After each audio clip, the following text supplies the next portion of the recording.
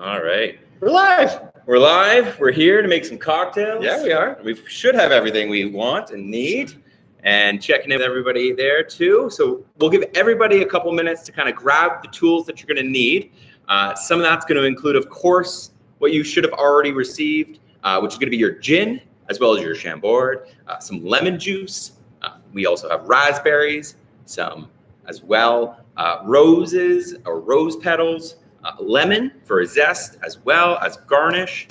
And then there's going to be some tools that you need. First off, glassware, that's essential. You're going to need 3 different glasswares: drinks, champagne flute, or close to champagne flute, whatever you have available, a martini glass, that'll be nice, and as well, a rocks glass. And a rocks glass is going to be fairly standard style glass that you might have seen before. So If you don't have all 3, don't worry, it's all good. You can just keep the pace up a little bit and reduce, reuse, recycle. Exactly. But it is, if you do have the glassware available, it is, of course, a wonderful occasion to bust out all those different kinds of glassware for these 3 different cocktails we're going to make with you guys this evening. Nice. So before we dive into what we're going to make, I'll briefly mention some things. First off, this is going to be recorded so that down the line, if you want to make the same cocktail, you can go back to this link and you can find the video, you can watch it, maybe make a couple changes or make a couple more cocktails.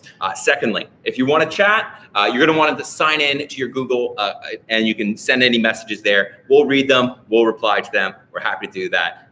And beyond that, we're always happy to answer any phone calls. Obviously not right now, but later on, if you guys have any questions that you want to ask us about, feel free to give us a call. And if you do have a lot of fun in today's session, which of course you're going to, if you want to repeat tomorrow, we will also be doing another live cocktail session tomorrow evening. And we will both for our gin and tonic kit and for this one. So even if you have this one and you're here for this, all these drinks, and you loved it so much you want to repeat, we will be live as well tomorrow.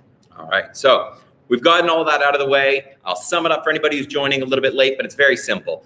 If you want to chat, you got to log into your Gmail account to message in the chat group. Otherwise, we've kind of introduced the cocktail kits that you should have all received. If you're making this from home without the cocktail kit, not a problem at all. You should try and have as much of the ingredients as we have here. But beyond that, you're going to need some tools and utensils. What those look like. First off, a cocktail shaker. You can't really make cocktails without one. But that being said, you can make a cocktail shaker out of almost anything. I've done it with a thermos with a snapping closed lid. I've done it with a Ziploc bag. Yeah, Ziploc bag, that'll work as well. So that's going to work for you. Beyond that, you're going to need, or you might want, a stirring glass. Now, if you don't have a stirring glass and you do have a cocktail shaker, you can still use that and just stir in there with a spoon. So that's going to work no problem for you too. And if you don't have either, it's okay. We can also build stirred cocktails in glass as well. So that's not a problem. Don't stress about it too much. Yeah. Lastly, you are going to need a strainer. This is to hold the ice back while you pour.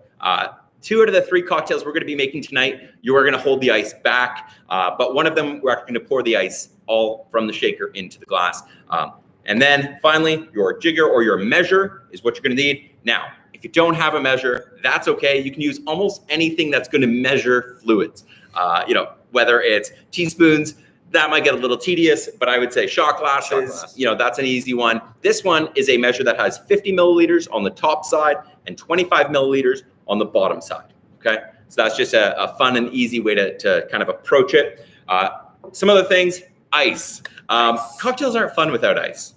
No, we've made them without ice. There's been some tough times where you need some ice. So if you don't have those, go grab that right now because, very quickly you're going to need those items. While you do that, while you run off and grab the tools you need, I'm going to take a second to talk about how you open up our bottles of gin. How often a week do we get calls about how do I open this bottle of gin? Or I would rather having the call of how do I open the bottle than I would the pictures sent in of people just hacking at the neck with a knife. It doesn't need to be that complicated, guys. It really doesn't. Just one solid holding it as is, and then one good twist will actually crack that wax seal, no problem. So one good twist will break that open. No need to hack at it with a knife, and it'll hold that beautiful wax all in place as well, or at least it should. Yeah, exactly. So that should cover pretty much the basics. Some other last minute tools that you can use for the martini that we will be making. A peeler makes your life a little bit easier. If you don't have a peeler, you can of course use a knife, Please be careful. Especially once we're 2 or 3 cocktails deep. Yes, yeah, be careful, but a knife will also be helpful. Speaking of, I'm going to put it down until we need it. All right. Yeah. Perfect. So one of the most helpful things is a little bit of a guide that'll help you out. We wanted to chat with you about it, but we also wanted to make sure that you have a guide here so that if you make the drink and later on you're sitting at home and you have the ingredients, you can recreate that as well. I'll quickly take you through the 3 drinks. A Chambord Martini. This is a beautiful take on a classic martini, but it's slightly different in that we're not using a traditional vermouth. Instead, we are going to be using Chambord. So at the same time, I'll chat with you guys about kind of martini etiquette. French Kiss, one of the more popular cocktails. It's going to be using a couple different things, including our Cremant, or our bubbly, our gin, and our Chambord. And then finally, the gin Bramble. Now, the gin Bramble is my go-to right now. I'm loving it. He loves them. Yeah, I do. I really do. I made one the other week and I went, this is fantastic. So I want to start with that one. I think that's where we should start. That one. Yeah? Okay. All right. Let's maybe we'll do that one, and then we can do the French Kiss and maybe finish with the spirit, the martini. Yes. And actually, that could work well if you guys have your martini glasses ready now for that final drink, that Chambord Martini that we're going to do. It actually could be a good, a nice kind of fun one to elevate that cocktail experience a little bit. If you want to take that martini glass and fill it with ice and just set it aside.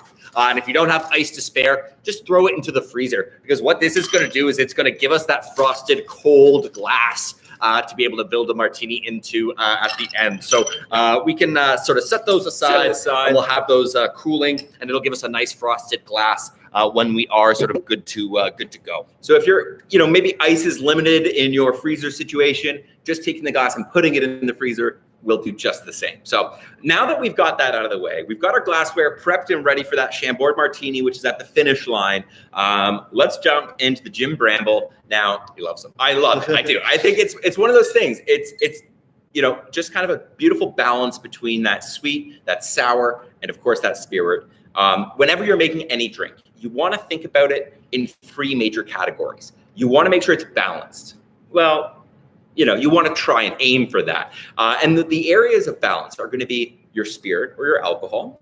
It's going to be your bitter or sour. And lastly, your sweetness. And so those are the 3 main categories you want to make sure are relatively balanced in presentation in your drink. A Negroni is a perfect example of a well-balanced cocktail. A cocktail that I might make at 1 a.m. where I pour like this and it's really not really all that balanced is a bad example. That is not going to be good because it might be too spirit forward, and then I maybe try and put a little bit more juice in to offset it. No, it's not going to. You want to think about it in those 3 categories. So with the gin Bramble, I like to make my drinks this way. I think, Calvin, you're the same way.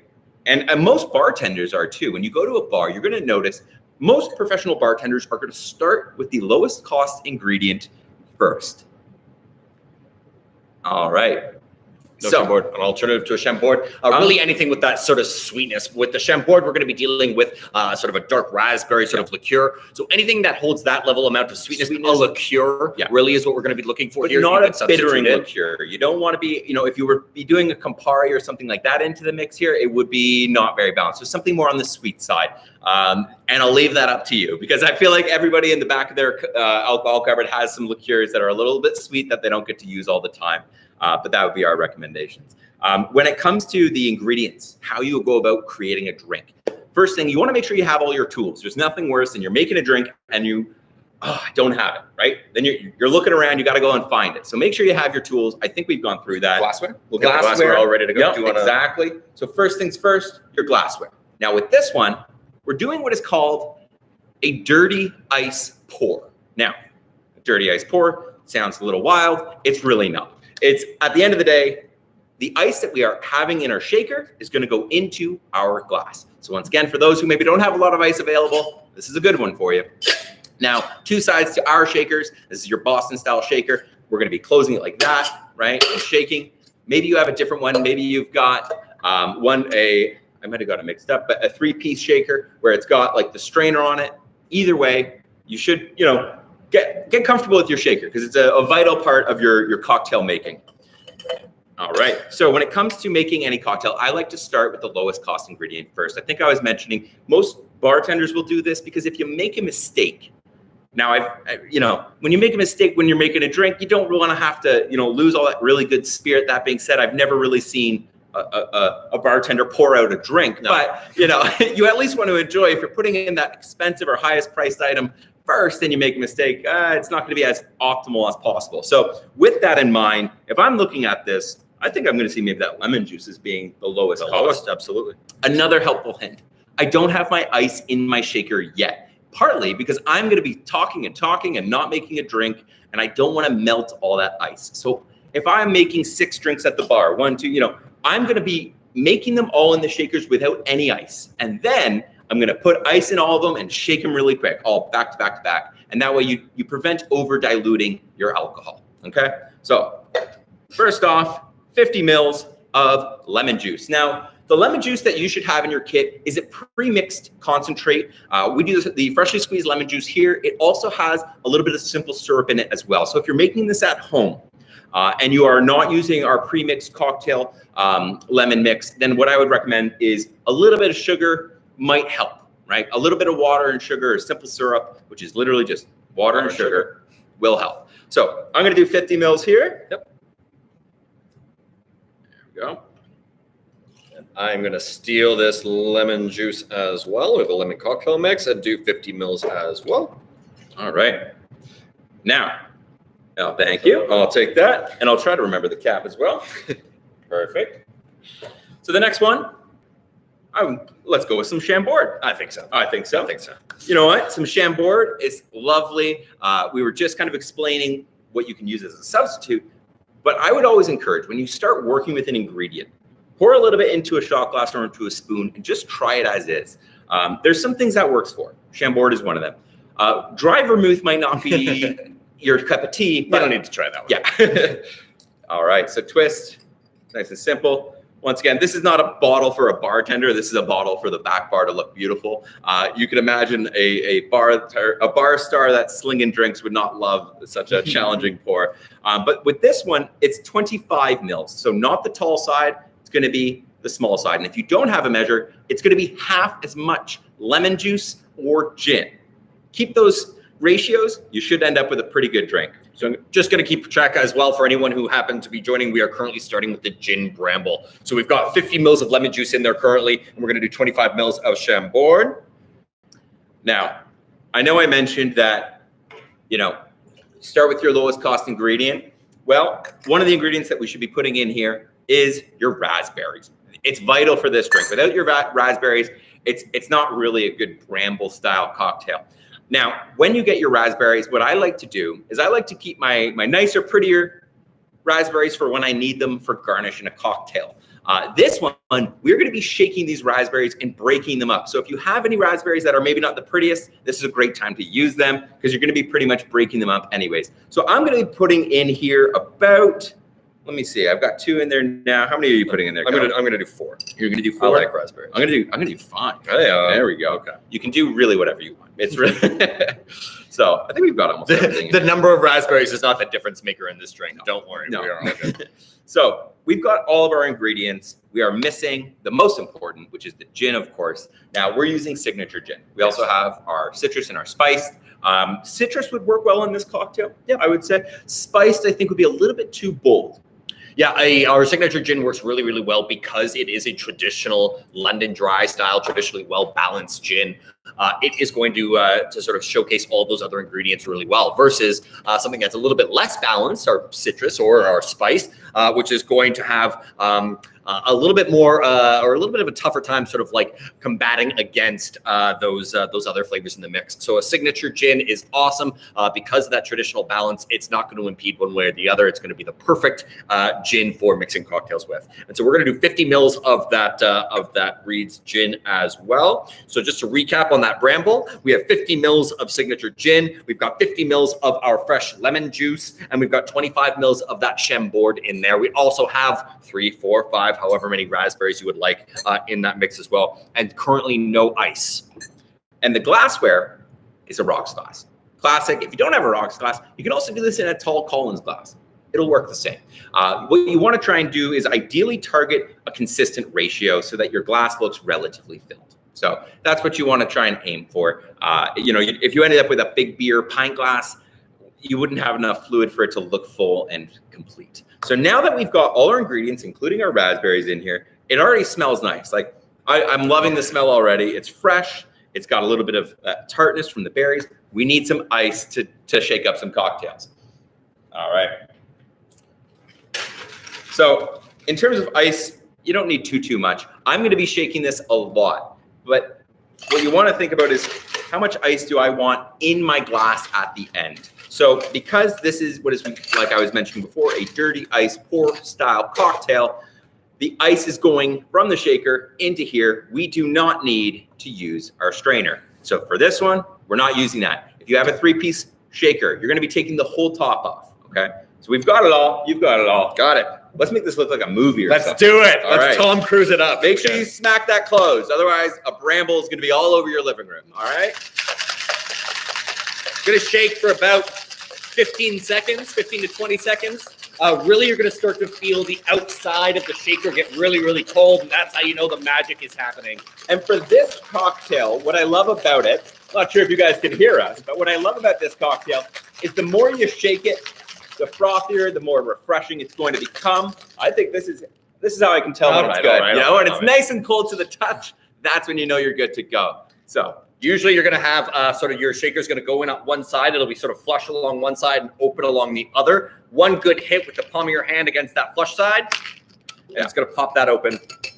There we go. Perfectly for you. So now, like we were mentioning, a dirty ice pour. It's really simple. It's what bartenders love because you don't need to strain it. It's going right into the glass. Got our glass. No more dirty dishes. It's just a straight pour in. There we go. Beautiful. Nice.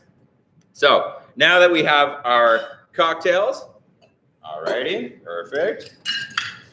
And we are going to be doing our garnish. So our garnish is going to be a lemon slice. Why? Freshness. You've got a lot of kind of berry component in there. You're going to want to make sure you bring some of that freshness from the lemon. We're going to need to pull that knife out. Okay. So everybody be careful. All right. I'm just going to be doing what I like to call a moon slice. I don't know if this is the actual terminology. It's not. Okay. I now know. If anybody does know the actual terminology for a slice that is a full round, just like this, I'd love to know because this is what I call it. People called today and asked, what style cut should I make in my gin and tonic? And this is my recommendation purely for the visual. It's gorgeous. It looks nice. You can place it on the edge. It's not going to be too, I'm just going to drop mine in. Boom, like that. And that there is a classic gin bramble. Well, semi-classic. Graham's favorite. One of my favorite cocktails right now. Cheers, buddy. Cheers. Cheers to those at home. We're going to be diving into another cocktail, but we're going to take a second to enjoy a bit of a drink too. Oh, that's good. So, you know what I mean? Yeah. Yes, I know what you mean, Graham. Don't worry.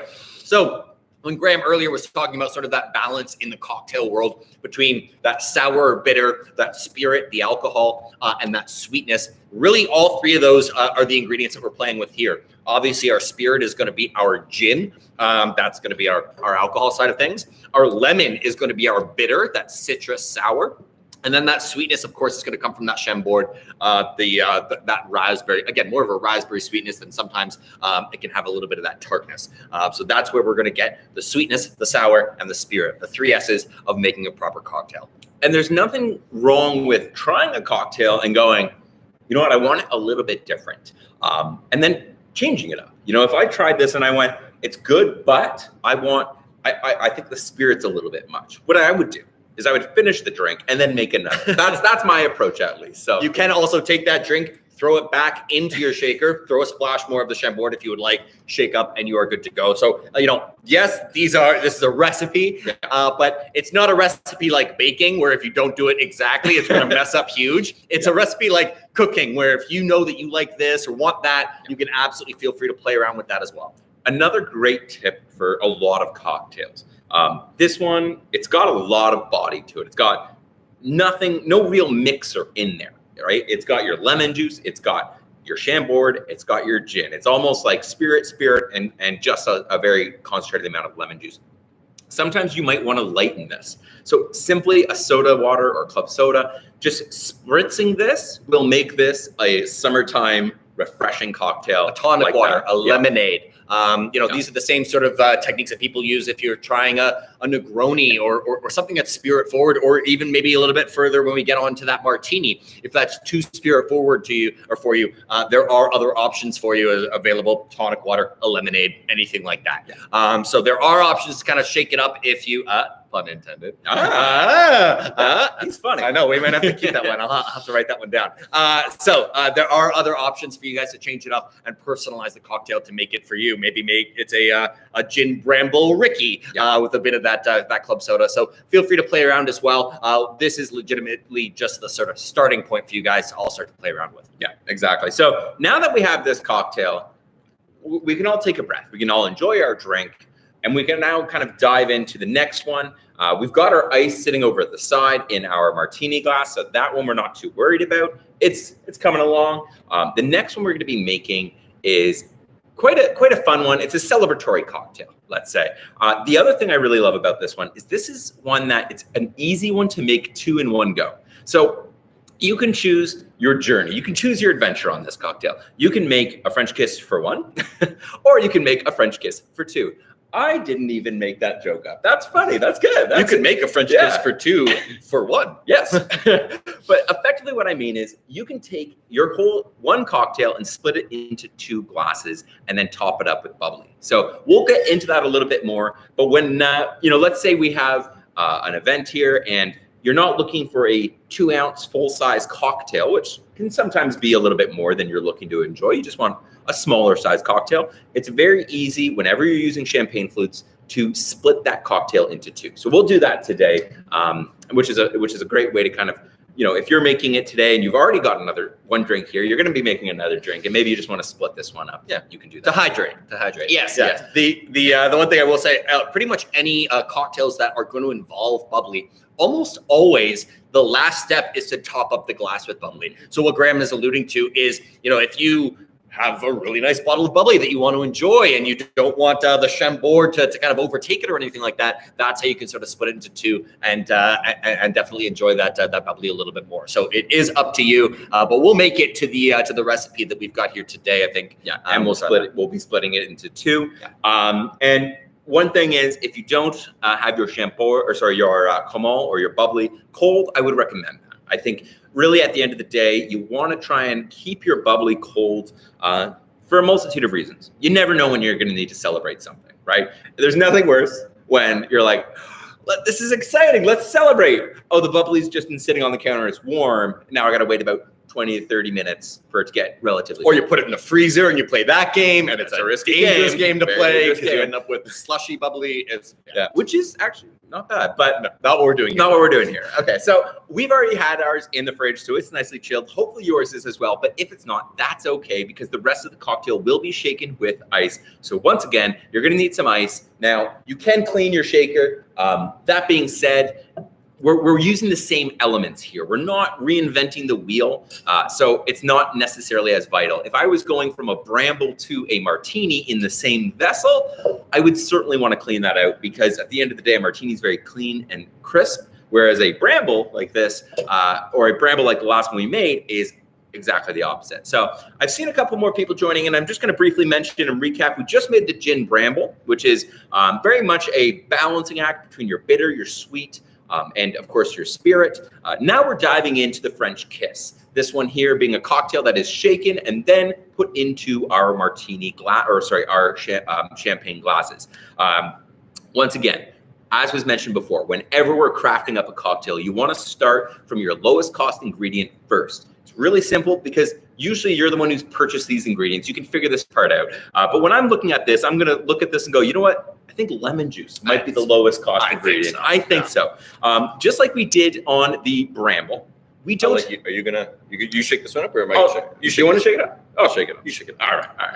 All right. So this is what we do for Valentine's Day. Me and my brother, we hang out and we make cocktails. So I don't even think we properly introduced ourselves. We did not. Well, you know what? There's no time like now. So my name is Graham, one of the owners here. It's a family-owned business. And my name is Calvin. We are brothers, the Reed brothers, and this is Reed's Distillery that we are broadcasting from. Yeah. Sorry that we have not done this up until now. You know what? It's like one of those artists that goes out and they play a really long intro set. and then they introduce the band, right? Yeah. That's what's going on. Our intro set's just a cocktail. Yes, exactly. So, like I was saying before, when you are making a cocktail and it's going to take some time, you're going to be stalling and chatting, you're not going to want to have ice in here just yet because it's going to dilute that cocktail.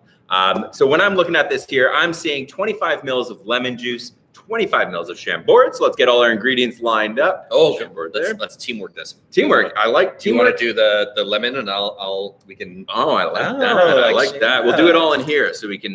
You guys at home, I'm assuming a lot of you guys are watching the Valentine's Day cocktail class in pairs. So maybe you guys can do a little joint work as well. All right. So 25 mils of lemon juice. Like I was saying, this here is a measure or a jigger. And what you're going to want to do, there's 50 mils on the top and 25 mils on the bottom. If you don't have one of these, you can use a shot glass and just use a half shot glass and a full shot glass. For anyone looking for a bit of a sort of a place of relativity, the 25 mils is a shot. It's 1 ounce. Yeah. Or just shy of. So when you see 25, it's 1 shot. When you see 50, it's 2. It's 2. And that's why cocktails like this can be a little intimidating if you have a couple of them. So this cocktail, like I was saying, we're going to be cutting in half and splitting into 2 champagne flutes. So 25 mils of Chambord, you've already poured. I've got it. 25 mils of lemon juice. The lemon in first. There we go, right to the brim, because I like a little risk. There we go. And there we go. All right, so now we've got our lemon juice. We've got our Chambord. We don't have our gin yet. We do not. How about this? Before we do our gin, I like to garnish our drink. Can we do that first? We can do whatever you want. All right, let's do that first. So for this one, it's just going to be 1 or 2 raspberries, and then we're also going to be using this. This is effectively a dried rosebud. So what I like about the dried rosebud is that it opens up into the cocktail. At first, it's not going to be blooming, but as your drink sits there and as that bubbly pours over it, it will start to open. So I put it into the bottom of the glass and just leave it there. So I'm going to be putting probably about 3 or 4 little rosebuds. You're going to do a bunch. Yeah, I love Calvin's these. just going for it. Yeah, and normally I would say, when you finish a drink, empty out the garnish, make a fresh drink properly. If you guys are having more than one of these, leave those rosebuds in there. Because genuinely, the longer they sit in there, the more and more they're actually going to bloom and open up, which is kind of fun. Nice. And then the other thing is I'm going to put 1 or 2 raspberries, not too much because they don't bring a lot of flavor, but they float really nicely. And I think they're nice. And they just take up room that could otherwise be used for the bubbly. So yeah, 1 or 2 raspberries, you're probably fine. And then I've got, I don't know, half a dozen of those rosebuds in there. All right, perfect. So now that we've got that back, let's get back to our mixing of and shaking of our cocktail. And that's why we don't put ice in here, because otherwise, well, because Graham rambles. I like to ramble. I like to talk. The old ramble. The bramble ramble, exactly. So now that we've got this, we are missing our last component, which is, of course, our gin. And it's going to be a 50 mil pour on the tall side. Are we going to do this as a team or no? That seems risky. That does seem risky. Okay, yeah, we won't do that as a team. So like we were saying, our signature gin is what we're choosing for this one. It really is just a balanced cocktail forward gin. It's a little bit higher in terms of percentage, 42.2. I'm sure some of you who are watching know the reason why. It's a bit of a wild story, but effectively 42.2 has a bit of a meaning to our family. It's the distance of a marathon. 42.2 kilometers. And we're not a marathon running family, but one day about 10 years ago, we became a marathon running family because my dad challenged all of us to run a marathon. It was brutal. We did not do well. We were all the last people across the finish line. Horrible. Yeah. But we've since continued to do it. Peer pressure continues to work. Bets, challenges within the family. I don't know what your guys' family is like, but mine is very pressuresome. Yes, very pressuresome. And so there we are. We've now run almost close to 60, I think. Between the 4 of us, yeah, we've run almost 60 marathons. I've run Absolutely 20. brutal. I don't know what you're... I'm not sure. I can't even keep track. But at the end of the day, opening up a gin distillery in Toronto is one of the harder things we've had to do as a family. And I would say running a marathon as a family as well, one of the harder things. So it's a nice little nod to the challenge right on the bottle there. You see, that's why I don't put ice in the shaker. Otherwise, it'd all be melted. So now I'm going to be pouring the 50 mils of gin right into here. There we go. And Calvin is going to be putting some ice in there. Once again, if you don't have a lot of ice, you don't need to put too much in this because at the end of the day, you're not going to be using it in the drink like we were with the Bramble. Like we were discussing, the Bramble being a dirty ice pour. This one, we're going to be straining it into our champagne flutes. So we've got our 2 champagne flutes here. They look nice and pretty. Pre-garnished, already good to go. So now it's time to shake this up a little bit. All right, smack it shut. Like I was saying, you don't want this all over the place. We're talking raspberries. We're talking Chambord, lots of color. This stuff will stain. Yeah, it'll stain your couch. Stain. Yeah. That's why I'm wearing a red shirt. Yeah. And Valentine's Day. All right. Also that. So I'm going to shake, and then I'm going to pass it to Calvin to shake, because you know what? We're brothers. There you go. All right. Plus, it gets too cold.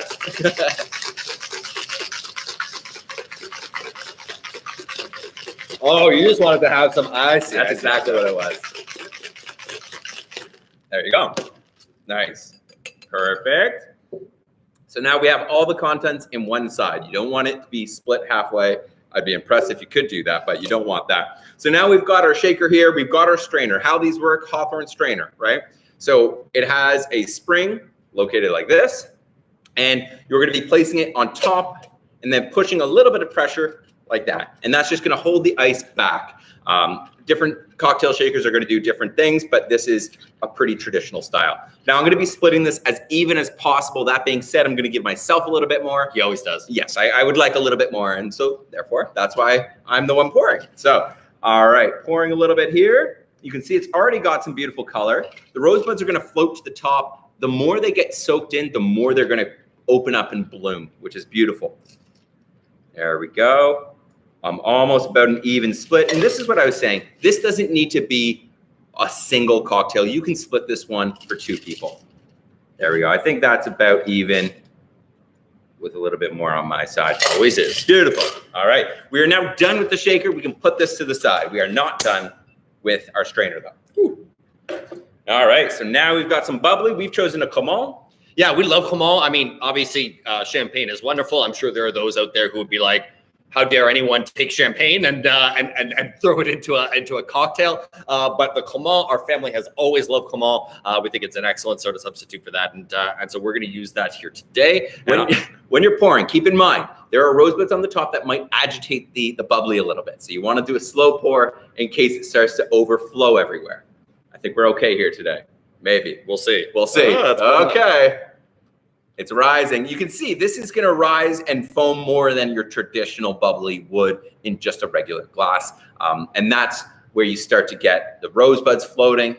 Okay. Well, there you go. Actually, that's kind of like a TV commercial. We're pretty much producing a TV commercial here. Yeah. This is as close to a TV shoot as we can get, I would say. All right, perfect. So now we've got a full topped up, and this is going to be a fun one to play around with. If you want a little bit more bubbly, throw it in there. Treat it like a mimosa. I think our family ratio is 90-10, 90 bubbly, 10% juice. You could do the same thing here. You could do a 50-50. You can do a little bit more, a little bit less. It's completely up to you. And so why a French kiss on this? Well, a few things. One, French 75. First off, cheers. Yeah. Happy Valentine's Day, you guys. Cheers. Happy Valentine's Day, buddy. Happy Valentine's Day. Graham got engaged last month. I did. So this is his. Is this your only? No, you've got two as an engaged person. 2 Valentine's Days. This year and next year?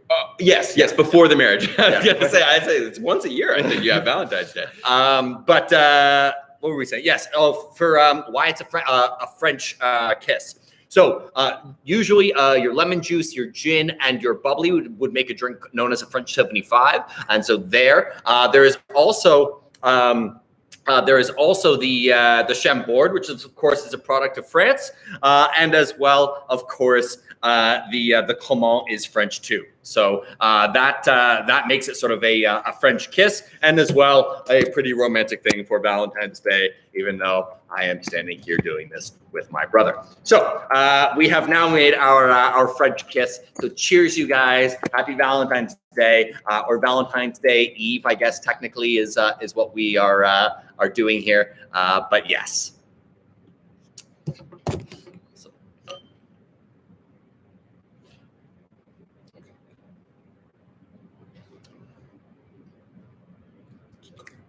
That is going to be our French 75, or sorry, our French kiss. The original French 75 was actually named after a French cannon, which was It was a huge, or actually a really short, stubby French cannon, 75, I believe, referring to the sort of caliber of the cannonball. And why they named it the French 75 was because it looked unassuming, essentially just like a glass of bubbly, but in it, of course, is going to be packed a shot of gin. And so while it looked relatively unassuming and pretty simple, it actually did quite a bit of damage. And so that is sort of how the French 75 came to be. And this is we'll say a variant on that as well. Us, of course, with the Chambord in place. So yeah, that is how we got our French 75. Well, cheers to that. Cheers. Nice. All right. Oh, that's quite nice. It's refreshing. Really good kind of summertime cocktail. It's not going to be overpowering in too many ways. So it's one of my kind of favorite and really like soft. It balances what we were describing before, that bitter, that sweet, and that spirit, but it does it in a way that it's not going to necessarily be as spirit forward as the next drink we're going to be making, which of course is the martini. And the martini is almost the quintessential spirit forward cocktail. Now we're talking about my favorite. We started with the Bramble, with Graham's favorite, but now we're gonna get into Calvin's favorite, which is going to be the Chambord martini. Martini, essentially what we're trying to accomplish here is getting the gin, in this case, or if you're doing a vodka martini, as cold as possible. That's really going to sort of open up our gin. So we are going to actually stir this drink in a yari. If you don't have a yari, that's okay. We can do it in really any glass. You don't need a cocktail mixing spoon either. You can use just a regular spoon, or sometimes I find a regular spoon clunky. I actually use like a chopstick. So it's okay. We can always make do if you guys don't have a yari and a mixing spoon. But we are going to be making our Chambord martini. So if you guys remember at the beginning, I don't know if you guys were all here, but at the beginning of the session, we said, put some ice into your martini glasses. It's going to pre-chill the glass. Regularly, if we were working on the bar and making martinis for everyone, we would put the ice in the glass while we make the drink, and then empty the ice out and then pour it into that cold glass. We've been leaving this for about 3 cocktails worth of time, so we're doing pretty good now. The glasses are nice and cold. Hopefully yours are as well, or they're just coming fresh out of the freezer. Yeah, nicely chilled already. So what I'm going to do now is I'm going to get rid of that ice, or not yet. Let's make our drink first. Yeah, I just like to throw the ice on the ground. It's one of those fun things that you get to do. So when it comes to making a martini, the classic approach to making a martini, if you order it and they don't ask you how you'd like it, whether it's dry or wet, effectively what you're going to be doing is effectively taking your vermouth, you're going to coat the glass and pour out the remainder. So it's not necessarily overpowering amount of vermouth. When it comes to dry vermouth, it's a pretty bold ingredient, right? So you don't want to use too much of this whenever you're making a martini. What we're going to be doing for this martini, we're not using vermouth. We're going to be subbing that out and using Chambord instead. Now, you want to use it in the same approach where you don't want to use too much, because just a subtle amount will give a lot of flavor because there's not much else going into this drink. So what you're going to want to make sure is that make it to taste. Some people like a martini with more vermouth. Some people like it with less. The same goes for this cocktail as well. If you make it, you go, you know what, I want a little bit more sweetness. You can do that with this cocktail. So that's just something to keep in mind for this one. The one thing I will say while Graham puts away that dry vermouth, whether you're using a dry vermouth for a martini or you're using a sweet vermouth for a Negroni or anything like that, put your vermouth in the fridge. Please. Yes. Everyone always just leaves it in their liquor cabinet, and then they're like, oh, I don't like martinis with the vermouth. Because how long does it take you to go through a bottle of dry vermouth? If you're using a little bit at a time, it can take months or years. And so if it's left out, it's a fortified wine, it's going to start to go bad. Yeah. You can still make a drink with it, but you're not going to enjoy it as much. So please, please, please, dry vermouth, wet vermouth, sweet vermouth, that's what it's called. Yeah. Throw them into your fridge because they will last longer that way. So definitely keep your vermouths in the fridge. But today we are going to sub out that dry vermouth for some of that Chambord. Now, we are going to want to make sure that your mixing glass is nicely chilled. So we're going to be putting our ice in here and we're going to be doing some stirring. I like to do that before I put my ingredients in. Now, I know this is a matter of opinion, I guess you could say. I'm sure there's a book somewhere telling me what is the right way versus the wrong way. But when it comes to making cocktails and shakers, I leave it to the side because that shaking action is going to break up a lot of the ice. It's going to dilute it very quickly. Whereas the stirring action is not going to dilute it as quickly. And that's why when it comes to a martini, shaken versus stirred, We know that Bond has his opinion, but at the end of the day, He's wrong. I haven't told him that yet, but no. You know, at the end of the day, a stirred martini is not going to dilute as much as a shaken martini. That's actually kind of a rule of thumb for cocktails, is that you will find a shaken one will be usually a lower ABV in the cocktail world, and a stirred will actually be usually a more spirit-forward cocktail. So traditionally, your Negronis would go into here, your martinis, anything that's going to be spirit-forward, you want less dilution for, and that's why we're going to stir. And ideally, we're going to stir with as big ice as possible. You guys, I'm sure, have seen the sort of those big, huge blocks. Today, we're just going to do some regular cubes, but we want as little dilution as possible. So we're going to try to be quick on this one. Yeah. So Calvin will grab the ice. We've got the Chambord. We've got the gin. That's about it. The final stage, we will be doing a citrus peel. So if you have that peeler, now's a good time to kind of grab it. If you don't, now's a good time to grab that knife. We're going to be using that as well. All right. So we've got our ice in our mixing glass. So now what we're going to be doing is we are going to be pouring in our ingredients. So for this one, it's really quite simple. It's going to be your 50 mils of gin and 15 mils of Chambord. If you don't know 15 mils, it's an estimate on something like this. I go about half. But if you've got a, I think, tablespoon at home, you can use a tablespoon. I've never seen a bartender pull out a tablespoon and pour it into there. Sometimes, for example, a bar spoon like this is going to be 5 mils. So 3 bar spoons. I'm going to give that a go. Let's see how it goes. Let's see how good of a bartender I am. Okay. No pressure. So, no pressure. One. That's 1, but I dribbled a little bit. I don't know if you guys could see. I saw. That's 2. I'm dribbling. So that's like 2.5. Let's go a little bit more. And I think we'll be able to tell based color-wise if ours are. I mean, I did a rough estimation as well, but we'll see. We'll see. Perfect. So now what we've got there is 15 mils of Chambord, but like I said, to taste. If you want a little bit more sweetness or a little bit more flavor, and you're not just a fan of gin, then you might want to put a little bit more Chambord in this one. 50 mils now of Reed's signature gin. A martini, when it comes to Reed's gin, it's one of those things that you can use. The spice gin, the citrus gin in a classic martini, it's going to play differently. The spice gin is one of my favorite gins to use in a martini. It opens up so well when it gets cold. So beautiful. So we can't stall and chat too long right now. What we need to get doing is stirring our cocktail. So back of the spoon to the side of the glass. That's a good technique. And stir. And you're going to rotate it around. And if you're doing it properly, you're almost just going to feel the spoon rotating in and of itself in between your hands. You know, it's a loose grip. You're just kind of stirring it around. And what we're going to look for here is about 15 to 20 seconds of stirring. Again, as fast, as quick as possible. Kind of get that chilling. Yep. So we're reaching that point right now. I would say we've pretty much done it. If you want it a little bit softer and not so intense, you can stir a little bit longer. But that there is going to be kind of your classic stir on a martini. We don't want it to dilute too much while it's sitting in there. So we're going to empty the ice out of our glasses that we put in before. A nice chilled glass is good to go. And now we've got our strainer. And we're going to be straining into our martini glass, just like this. And what we should end up with is what looks like a pink martini. There we go. Perfect. So now we've got our pink martini. Effectively, we are missing something. And what that is garnish. And the beautiful thing about garnishing a martini is it's a balance once again. And when it comes to garnishing this, I like to use the oils from the lemon peel to bring that freshness to the drink. So rather than having your sour component's coming from, or that freshness is coming from your garnish itself.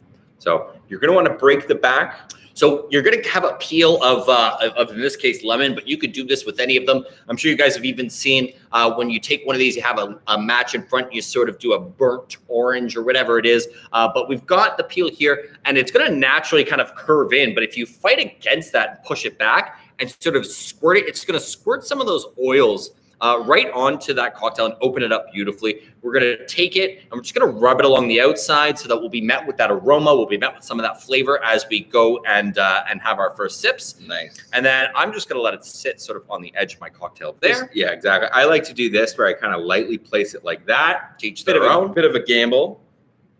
You can also cut a little slit in the middle of it and actually place it onto the rim and sort of decorate it much more fancily if you'd like. But this is good to go for me. And so there we go. A classic Chambord Martini with Reed's Gin. Cheers. See? Oh, I love that. Like actually, that is really good. I know. Yeah, It's like dangerously good. Yeah, that does not taste like it's essentially pure alcohol. We're so humble, aren't we? No. And that's kind of the beautiful thing about this one is if you find, you know what, I want it a little bit sweeter, you can make it a bit sweeter. It's not, you can even pour that back, continue to stir it up. It won't be a problem. And if it's too sweet, pour it back in, add some more gin. Exactly. Now, this is one of my favorite things about kind of the world of gin is that it's designed for cocktails. So it's way more than just your traditional, it's not a very simple spirit. Do a lot with it. See, Calvin's got 3 perfect cocktails here. I have 1 left. The rest are gone. I don't know where they went.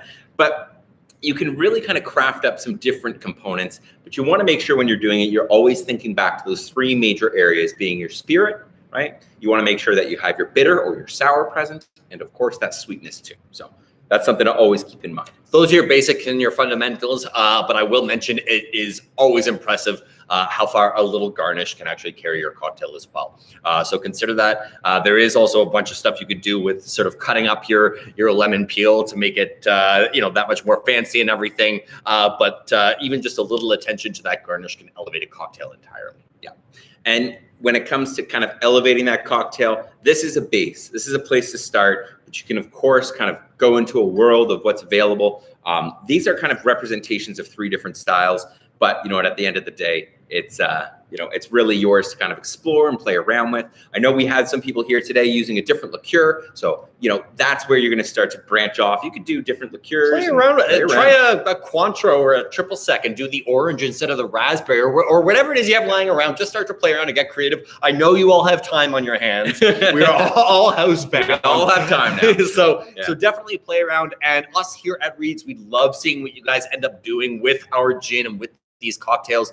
So if you are taking any pictures or anything of your cocktails, please post them on social media and tag us and let us know. We literally get so excited every time a post comes through and someone has made an interesting cocktail with our gin or anything. We show each other and we get really excited about that. So definitely feel free to share with us because we always love seeing what you guys come up with. But that is sort of your introduction into these 3 basic cocktails, and that should be more than enough for you guys to be able to sort of run wild with and have some fun. And like I was saying before, you of course can ask your questions right now. Now's a good time. But otherwise, this video will be available. So if you kind of watched it, kind of picked up on some things, but want to kind of pick up on the other things that we were talking about, you're more than welcome to come back to this link and rewatch it. Also, we're going to be doing the same thing again tomorrow night, 7 p.m. So you can, 8 p.m. tomorrow. You can tune in, watch us make another cocktail with us because you got all the ingredients. So might as well. You might as well. And tomorrow's the actual Valentine's Day, so that's when it counts. Yeah, which I will also be spending with my brother. Yes. But other than that, guys, thank you so much. You know what? It's always a pleasure for us to be able to kind of share and enjoy a cocktail, even virtually, with people that truly appreciate Reed's, and that means a lot to us. I think it's been a long time getting here. So thank you for all the continued support. We really do appreciate that. I hope you guys are enjoying your cocktails and, enjoy the rest of them. You can make 1 or 2 or 3 or 4. You can make as many of them as you want. You're probably all home already, so it's safe. No one's driving. It's all good. It's responsible now. So enjoy yourselves. Enjoy your evening. Thank you so much. Cheers, you guys. Cheers. Cheers. Cheers.